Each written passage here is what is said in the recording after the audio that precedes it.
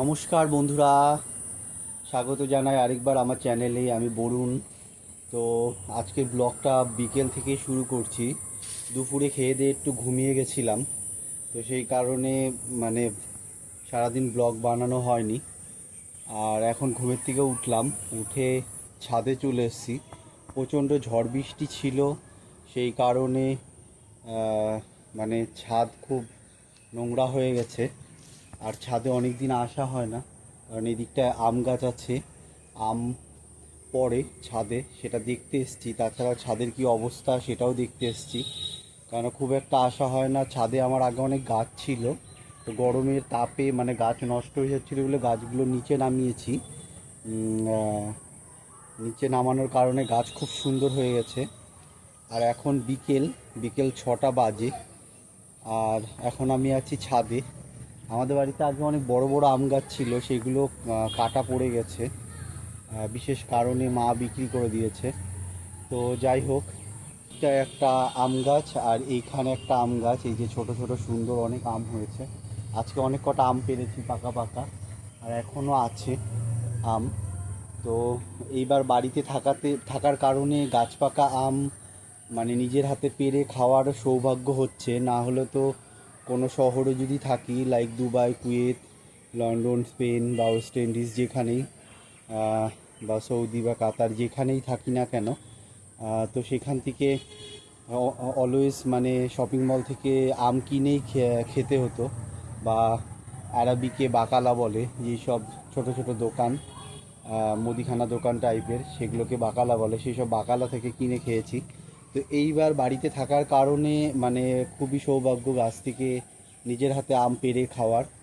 তো খেয়েছি অনেক আম, আর এখনও পাকছে, আর এখনও নিজের হাতে পেড়ে খাচ্ছি। তো আরও কয়েকদিন থাকবো, সেই কারণে পেড়ে পেড়ে খাওয়া হবে। তো এখন ছাদে আছি, তারপরে একটু বিকেলে রাস্তার দিকে হাঁটতে যাব। তো আমার সঙ্গে থাকুন, চলুন রাস্তা হেঁটে আসি, দেখা যাক রাস্তার দিকটায় বিকেলের সুন্দর প্রাকৃতিক মনোরম দৃশ্য। তো সঙ্গে থাকুন, দেখতে থাকুন, আশা করি ভালো লাগবে। রাস্তা হাঁটতে বেরিয়ে পড়লাম, রাস্তায় আছি। আর রাস্তা হাঁটতে হাঁটতে আমার স্টুডেন্টের মা বাবার সাথে দেখা হয়ে গেল। তো ওখানে একটু কথা বললাম, অনেকক্ষণ ধরে গল্প করলাম, যেই কারণে হয়ে গেল। আর সূর্য অস্ত যাচ্ছে, অন্ধকার অন্ধকার হয়ে আসছে। তো আমি এখন রাস্তা হাঁটতে বেরিয়েছি, এই যে রাস্তায় আছি, আর তার সঙ্গে অন্ধকার হয়ে আসছে, সূর্য অস্ত যাচ্ছে, আকাশটা খুব সুন্দর সুন্দর লাগছে। তো চলুন সঙ্গে থাকুন, আর রাস্তা অনেকটা হাঁটা যাক, দেখা যাক কতটা যেতে পারি। চতুর্দিকের বিকেলের দৃশ্য। কিছুদিন আগে ঝড় বৃষ্টি হয়েছে, মানে বৃষ্টির জল পেয়ে গাছগাছালি একদম সবুজ হয়ে গেছে, সুন্দর দেখতে লাগছে। ধুলো নোংরাটা পড়ে একদম পরিষ্কার সুন্দর হয়ে গেছে রাস্তা। আর রাস্তার আশেপাশে গাছগাছালিগুলো একদমই অন্ধকার হয়ে গেছে। আর হাঁটতে হাঁটতে প্রায় 1 কিলোমিটার চলে আসলাম। এইখান থেকেই আবার ঘুরে বাড়ির দিকে যাব, বাড়ির দিকে ফিরবো। রাস্তা অনেকটাই হেঁটে ফেললাম।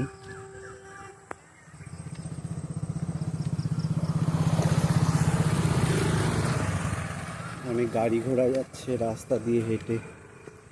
এটা আমার গ্রামের একটা রাস্তা। এই রাস্তা আবার ফিরলাম, 1 কিলোমিটার মতন হাঁটা হয়ে গেছে, এখন আবার ফিরে বাড়ির দিকে যাচ্ছি। সূর্যটা অস্ত গেছে, আকাশটা কি সুন্দর লাল, পুরো একদম লাল হয়ে আছে, খুব সুন্দর গেরুয়া কালার।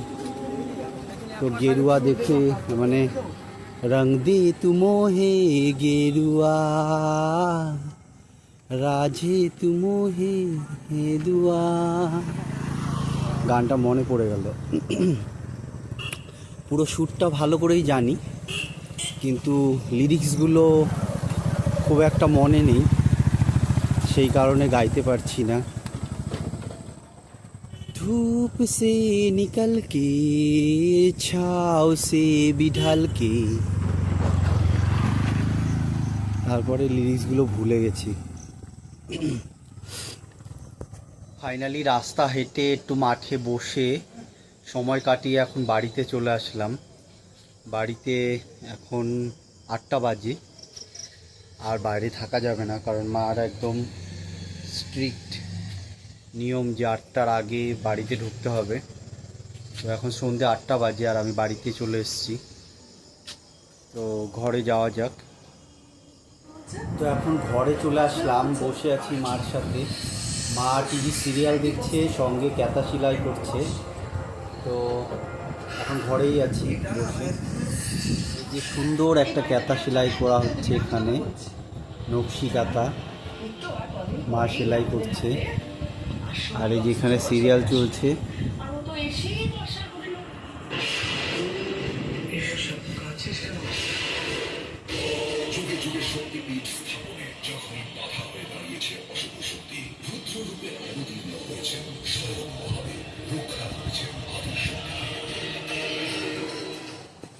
দেখুন শক্তির সাধনায় পরিণত 10ই জুন থেকে সন্ধ্যে শহীদ আরেকে সিনেমা এইচডিতে।